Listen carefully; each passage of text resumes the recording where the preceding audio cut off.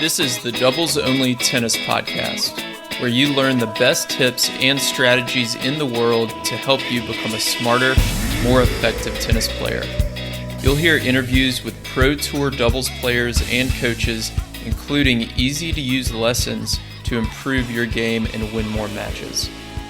My name is Will Bocek, founder of the Tennis Tribe, doubles strategy coach, and host of the show.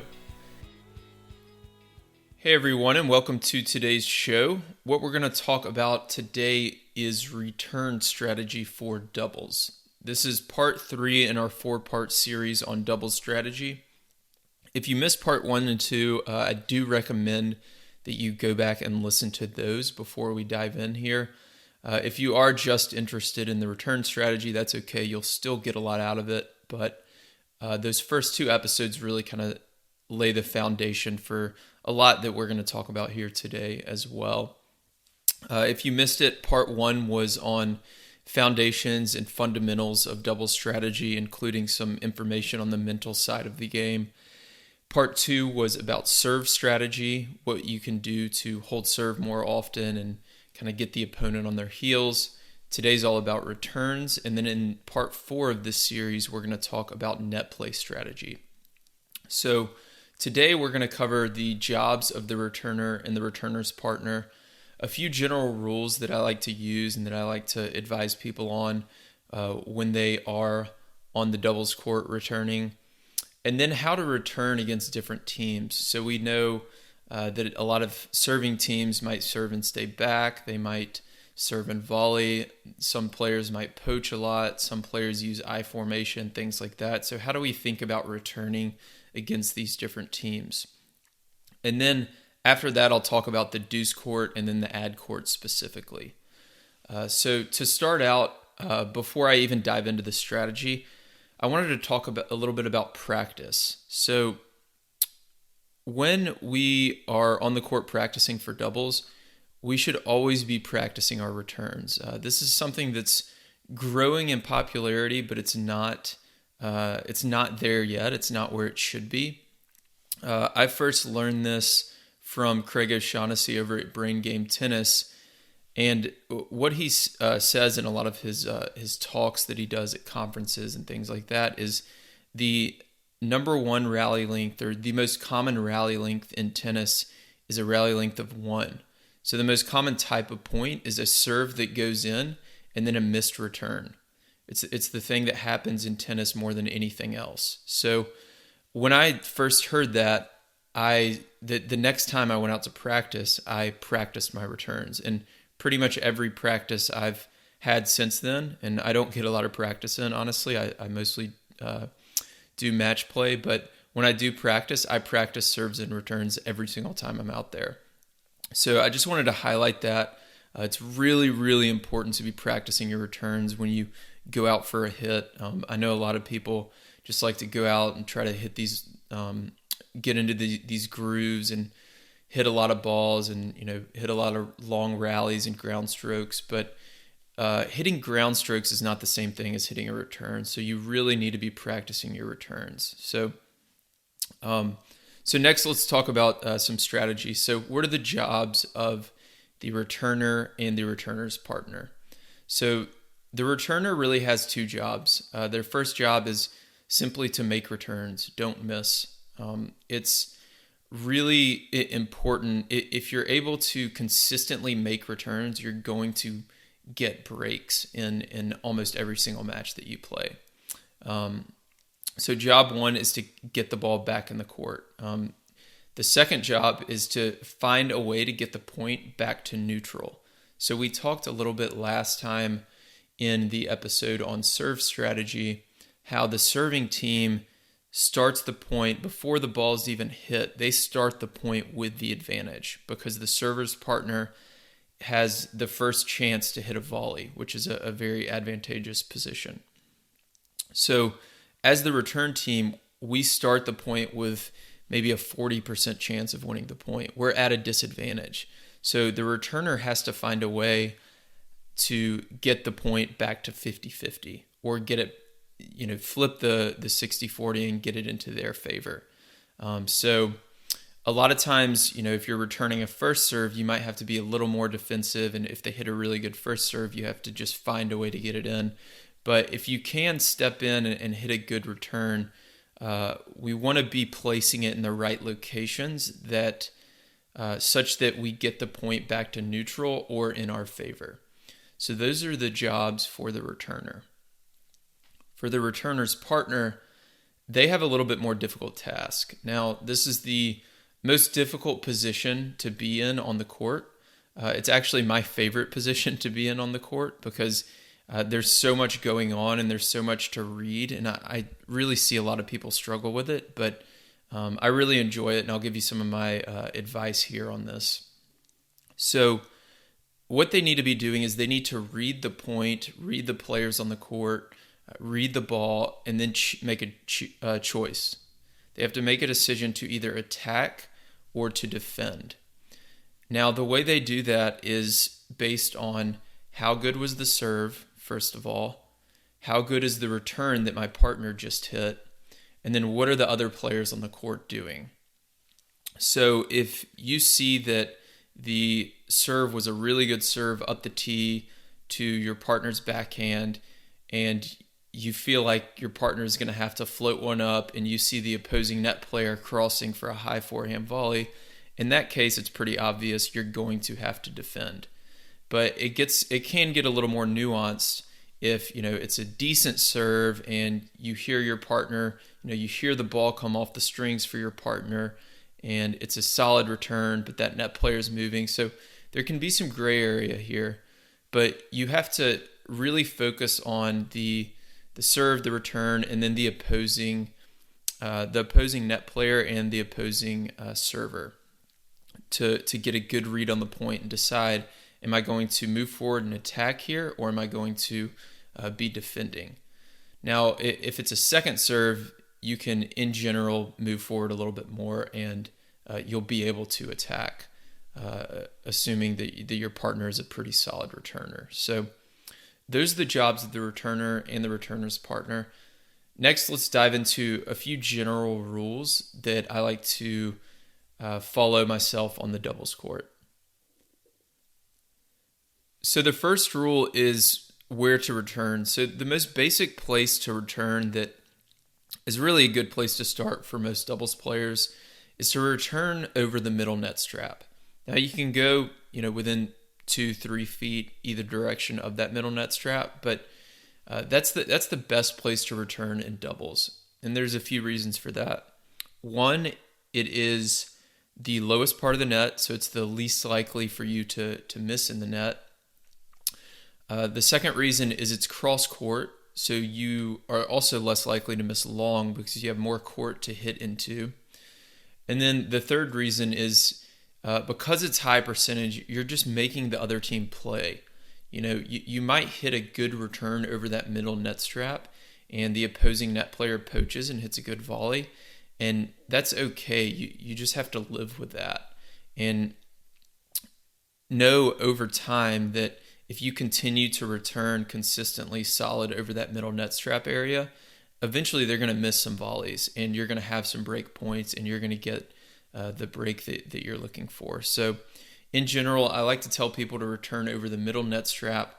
Try to keep it low, especially if the opposing net player is pretty aggressive or if the opposing server likes to serve and volley. That way you can kind of get it down low to their feet and make it a more difficult volley. If the opposing net player doesn't poach a lot, then you can focus on depth. We'll get into that a little bit more here shortly when we talk about returning against different teams. Another thing that you can do is you can step forward to take time away from the opponent. So a lot of players do this, and it's really effective if you can, if you're capable of doing this. But what you can do is step 3-4 feet inside the baseline, and that takes time away from the opposing net player as well as the server to be able to react to your return. It's a little bit more difficult to time, so it's a skill that you definitely have to practice. I don't do it a lot because I like to personally have a little bit more time, but I play against people who do it, and they give me a really difficult time when I'm the server or the server's partner. So that's a good strategy that you can use as well. Another thing to keep in mind is, I mentioned this earlier, but remember that as the return team, we're on defense. So we're supposed to lose the point, and a lot of times we can play the perfect point and still lose, and that's okay, and we have to live with that. Again, we just have to understand that if we are making solid cross-court returns on a consistent basis, eventually we're going to get a game where we get a look at 3 or 4 second serves, and maybe they miss, the server's partner misses 1 or 2 volleys, and we're going to get our break opportunity. So we have to view every point that we hit a solid return as a win, regardless of the outcome. If you didn't listen to the first part of this series on the mental game, I'd recommend going back and listening to that. I talk a lot about outcomes versus process, and this is one of the areas where we really want to focus on process and kind of remove our dependence on the outcome here. We really want to focus on just hitting solid cross-court returns and know that we're going to lose some points because we're on defense and we're not supposed to break serve most of the time. So next we'll talk about where to stand. So I talked about how the returner can move forward and can step in and take time away from the server and the server's partner. Typically, where I like to stand is a few feet behind the baseline, and then kind of as the server starts their toss and starts their motion, I'll start to move forward on the return and then make contact maybe at or just inside the baseline. This is all going to depend on the pace of the serve coming at me. If it's a slower serve, definitely move forward more. If it's a faster serve, it's okay to move back and buy yourself a little more time. But somewhere at or just behind the baseline is a good place to start if you're not sure where to stand. As the returner's partner, you can stand on or a little bit behind the service line. What I've started to do over the last year or two that's helped me defend a little bit better is take 3 or 4 steps back from the service line. The reason I do that is if the server's partner poaches and hits a volley, it buys me a little bit more time to defend, and I'm able to keep the ball in play a little bit easier if they do hit at my feet. And then if I have to attack from that position, I'm still quick enough to be able to get to the net and put a ball away if my partner hits a really good return and the serving team floats something up. Depending on your quickness and your mobility and things like that, you may not stand as far back, but somewhere around that service line is a really good place to stand. And that also allows you to call the serve if the serve misses long for your partner, because it's a little bit more difficult call for them. So that's where I recommend standing. You can also play 2 back if the opposing net player is poaching a lot and really hitting it at your feet a bunch, or you're just not as comfortable at the net. You can play 2 back. That's not a bad strategy, and it's becoming more popular. However, if you are a pretty good volleyer, and if your partner, especially on second serves, if your partner has a pretty good return, I'd recommend getting up there to the net to look for a ball to put away after the return. So next we'll talk about returning against different teams. So for most teams, they're going to be serving and then staying back. So at the club level, 3-0 to 5-0, most servers do not serve in volley nowadays, especially at that level. So most servers are going to play with a conventional formation, and they're going to serve and they're going to stay back. So how do we return against a team like this? The best approach is to hit solid cross-court returns with depth. So we want to focus on hitting deep to the corner of the court and try to push the server back, get them on their heels on that first shot after the serve. Depending on how aggressive the server's partner is at the net, we're able to change the height that we hit with. So you can hit it really high over the net if they're not a super aggressive net player. But if they are, then you may have to keep it low and just focus on getting it cross court past that net player. But in general, depth is good there. And you can also return and volley. If you feel the ball come off your racket and you know it's going to be a really good deep return and you're going to get the server on their heels, that's a great opportunity to come in behind the return and look for a weak ball that you can volley or put away there. Against a serve and volley player, what we should be looking to do is to keep the ball low over the net and again focus on hitting over that middle net strap. The best place to hit it is down at their feet and make them lift the ball up. And even more important than that is to try to get them to hit a backhand volley if you can. I'll talk about the deuce and ad court here in a second. It's a little bit easier to do on one side than the other, but if you can get them to hit a backhand volley for a serve and volley player, or even the net player, that's ideal. What you'll find if you start kind of noticing where the volley errors take place, most players at the club level are going to have a lot more errors on their backhand volley side. Almost everyone just has a weaker backhand volley. So really focusing on hitting a low kind of dipping return down at the server's feet at their backhand volley is an ideal return against a serve and volley player. Another option you have there is to lob over the net player. So if the server is going to serve and volley, all their momentum is coming forward, and if you can hit a good lob return over the net player, then that's going to put them in a really difficult position. So that's another good strategy to throw in if you have that in your skill set. Next is a team that poaches a lot. So if you come up against a player who is really active at the net, this is how I like to be at the net, and they're picking off a lot of balls, they're closing off that middle net strap area, and you're just not sure what to do. So one thing I mentioned earlier is playing two back. So that can help a lot because the returner's partner will have more time to react to any volleys that they hit.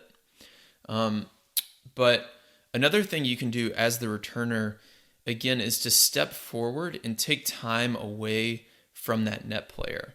If you're taking the return really early, then they don't have time to read your return and they don't have time to cross and to hit a volley or to poach off of your return. Another option there is just to lob down the line. It doesn't even have to be that good of a lob if they're poaching a bunch, because all their momentum is going to be going towards that center net strap and the ball is going to be going the other direction. So those are some of the best options. Again, but if they're poaching a lot, I would make them beat you on that poach a few times before you change your just solid cross court low over that center net strap return. Let them poach and see if they can actually make the volley before you try to avoid the net player at all cost, which a lot of players do. So last, we'll talk about returning against the I formation, or a lot of players will use the Australian formation. So there's two areas I like to hit against the I formation. When I'm playing on the ad side, I like to actually go a little bit left of the center net strap, and that kind of goes in between the two players, and it'll typically go to the server's backhand ground stroke if they're a right-handed player. So returning against I formation, solid over the center net strap is a good strategy. If that net player is super active, if they have really good volleys, just returning down the line is totally a fair strategy. I think that a lot of servers are going to have trouble serving and volleying from that position. So you're going to be making them hit a ground stroke from deep in the court. And anytime we can get the serving team to hit a ground stroke as their the third shot of the rally, that's got to be a win for the return team. That's really getting that point back to neutral or at least close to it. Again, from the ad court, hitting a little bit left of the center net strap. To counter that from the deuce court, you can go a little bit right of the center net strap, or you can go at the center net strap. If they have that backhand volley in the middle, you can kind of bait the server's partner into stabbing in a backhand volley as well. So those are the different teams that I face. If you have another team that you're struggling to return against, definitely let us know. Leave a comment or go to thetennistribe.com and reach out. But next, I want to talk about returning from the deuce court and ad court specifically. So focus on your side and kind of see if you can visualize the court with me as I talk through this.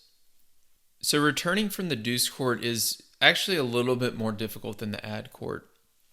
The reason for that is that the server has a forehand ground stroke, and then the server's partner has a forehand volley in the middle. So an ideal return for us is going to be over that center net strap like we've talked about, but the issue you run into on the deuce side is that server's partner has a lot more reach with that forehand volley, and it's simply a better volley for most people. So how do we counter that a little bit? The best place to return is to the server's backhand. But again, it's tough with the server's partner having that forehand volley. So if you can get it past the net player to the server's backhand deep in the middle of the court, that's ideal. If the net player is pretty aggressive, then just focus on solid cross-court returns for the most part. As long as we can get that server to hit the third ball of the rally, then that's got to be a win for us as the return team.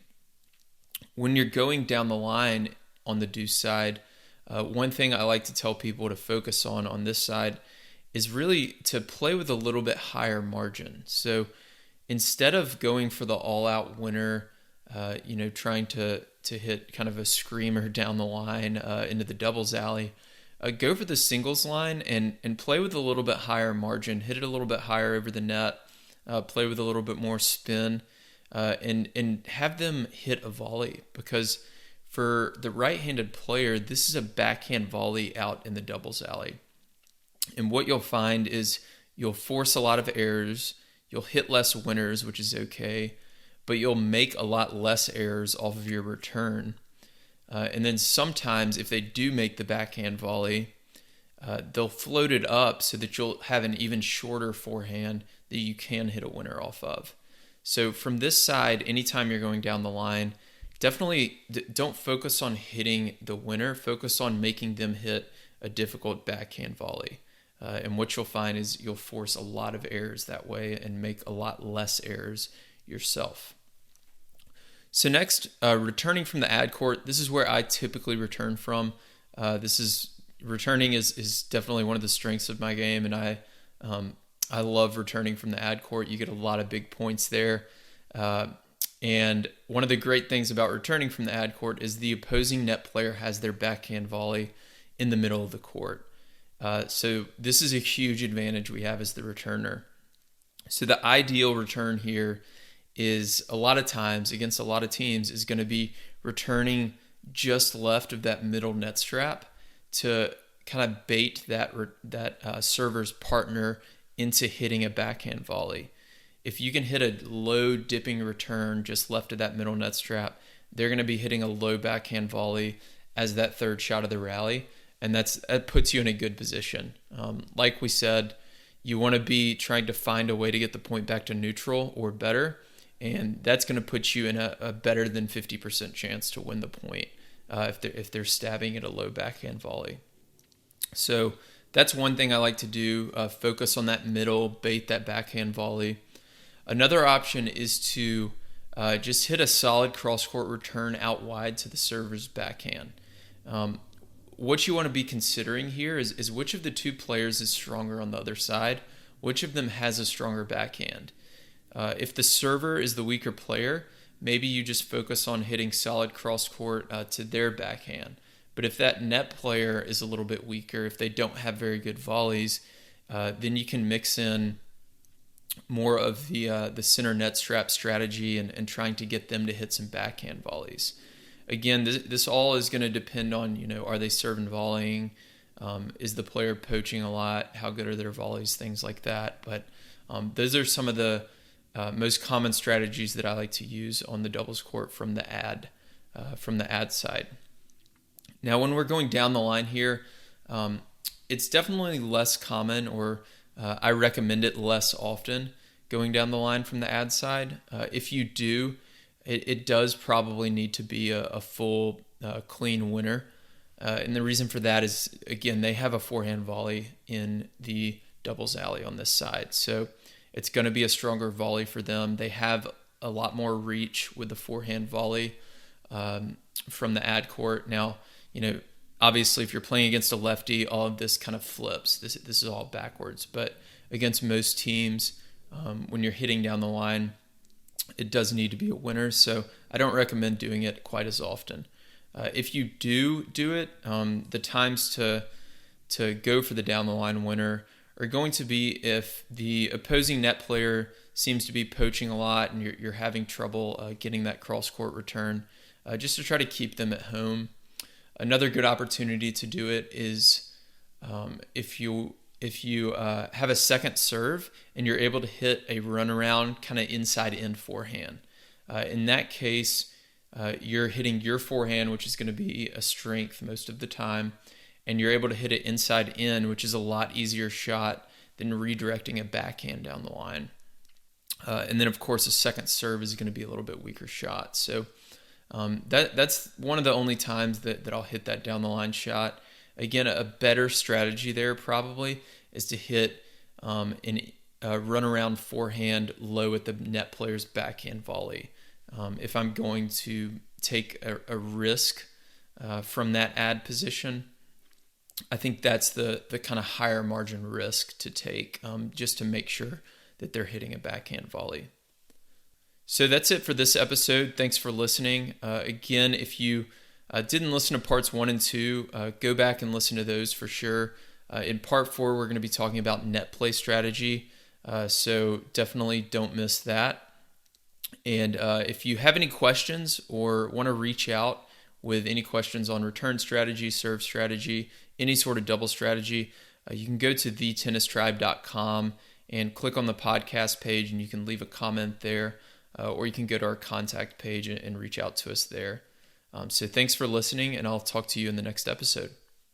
If you're a doubles player, you'll love our weekly doubles newsletter. Every Thursday, we send you doubles tips and strategies to help you improve your game and become a smarter player. When you sign up, you'll get a free 10-page guide on how to play with more confidence and dominate at the net in doubles.